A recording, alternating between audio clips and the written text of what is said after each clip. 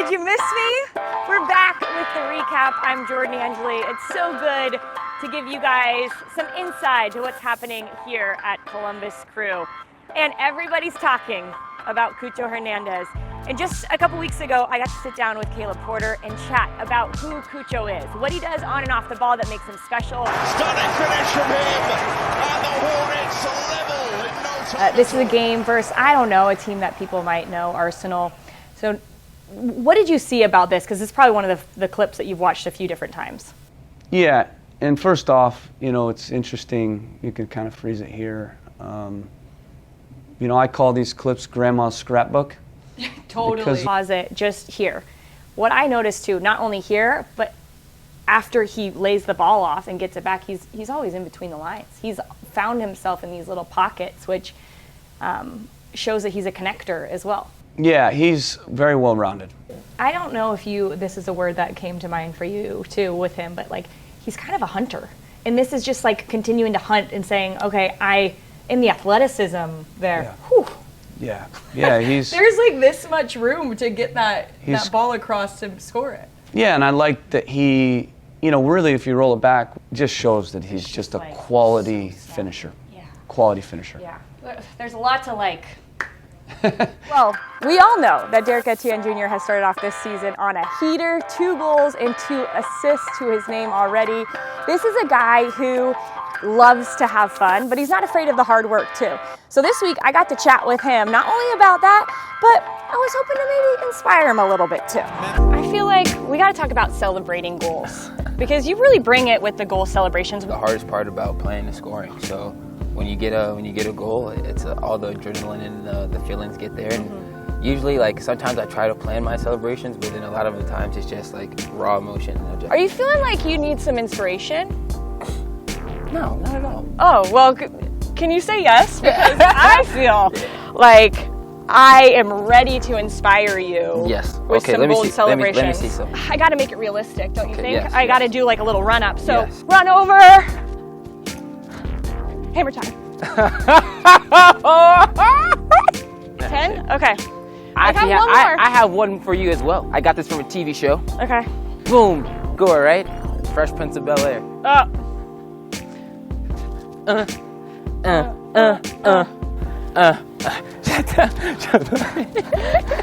You've been in the league for 7 years. What do you feel like in those 7 years has been your biggest factor of growth?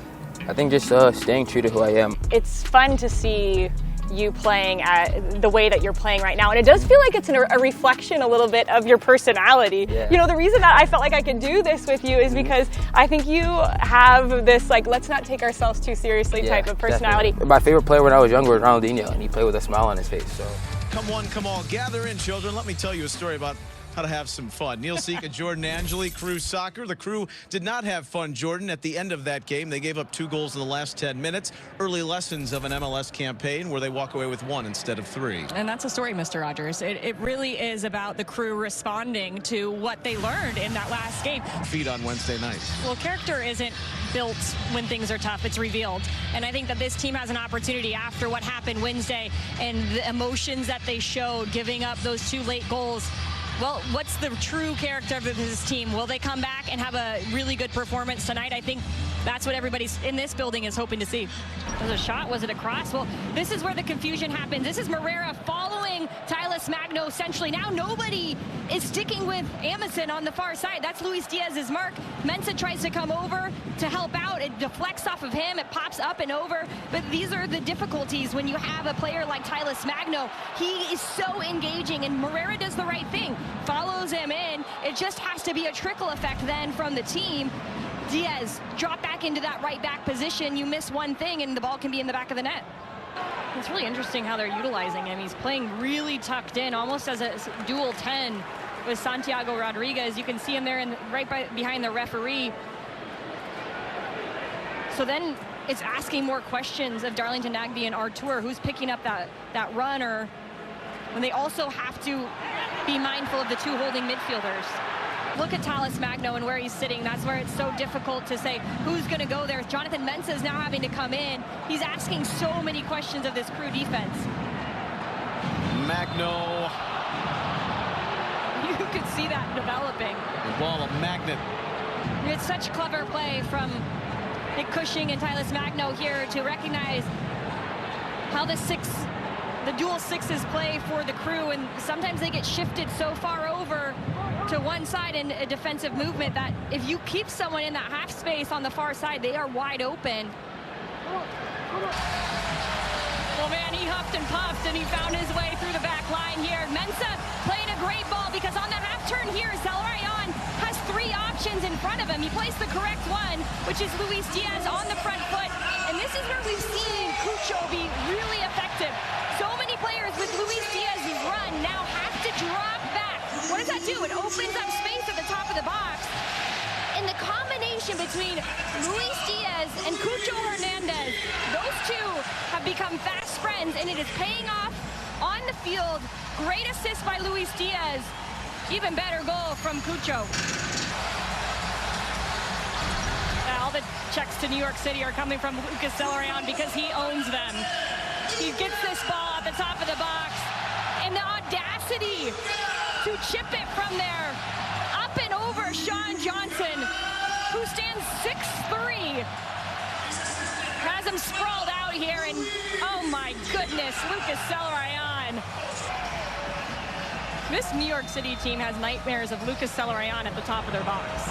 It's not just those two players, it's Aidan Morris as well. And one of the things that I wanted to break down is the Crew have been playing a few different formations, but the tactical flexibility, even within those formations, has been something that I have noticed. This is what I'm talking about, tactical flexibility. So Zawadzki moves into the back line. That gives Aidan Morris the ability to go wide, and then Pedro Santos can come and fill the space. So it's this positional play where if a space is opened up, anybody can fill that. You want certain places on the field to be filled. And now you have your left back and your left winger as the 2 midfield players in this triangle.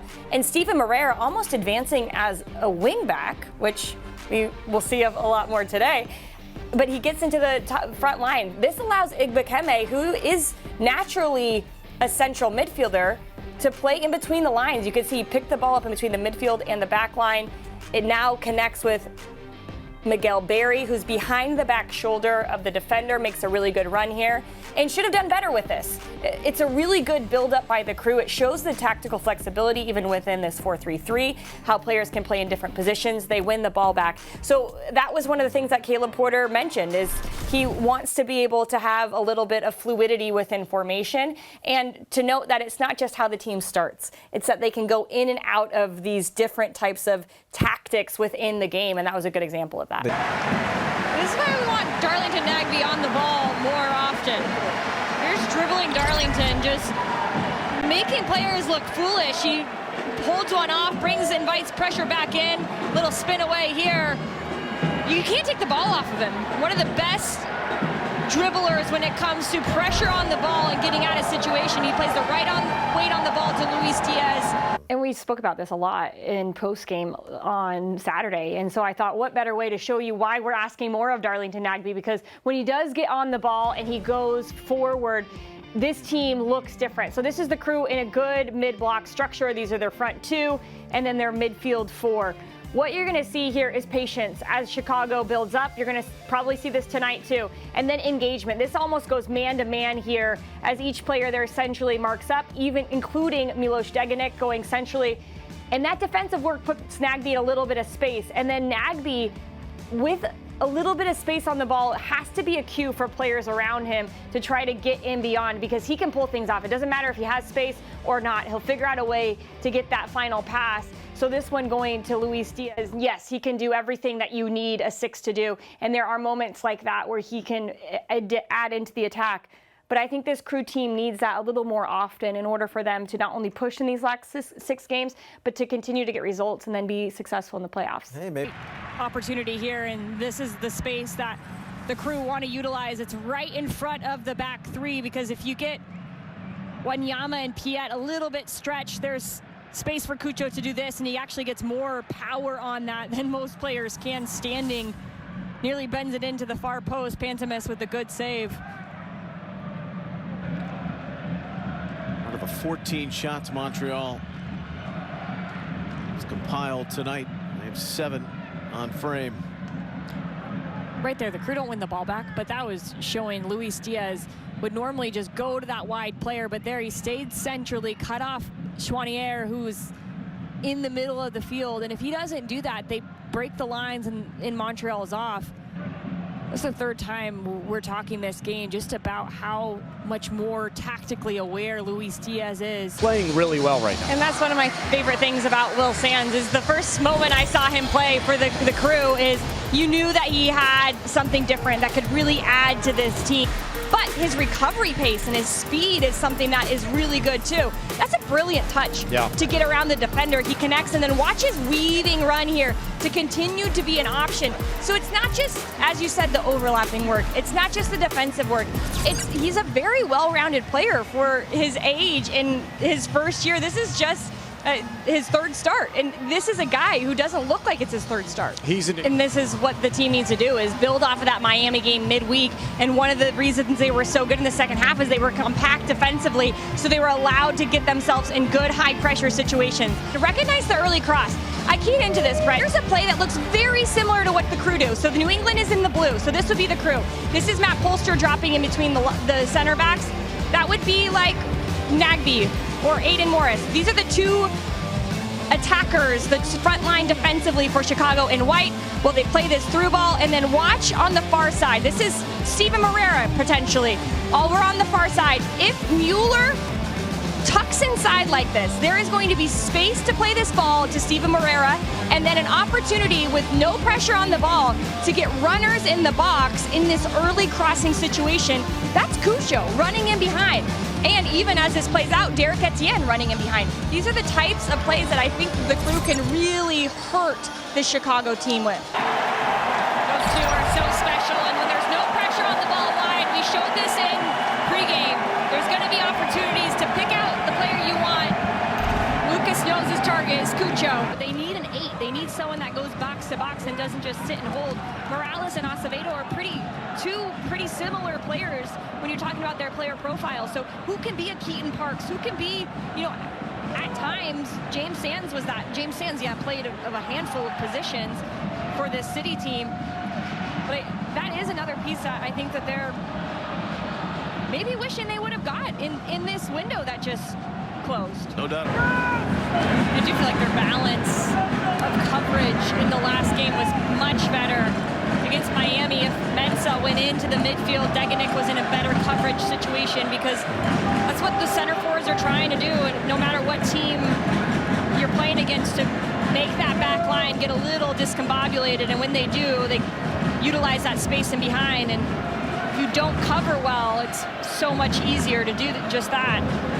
Like Degenek and Mensah are starting to find their groove when it comes to pressure cover.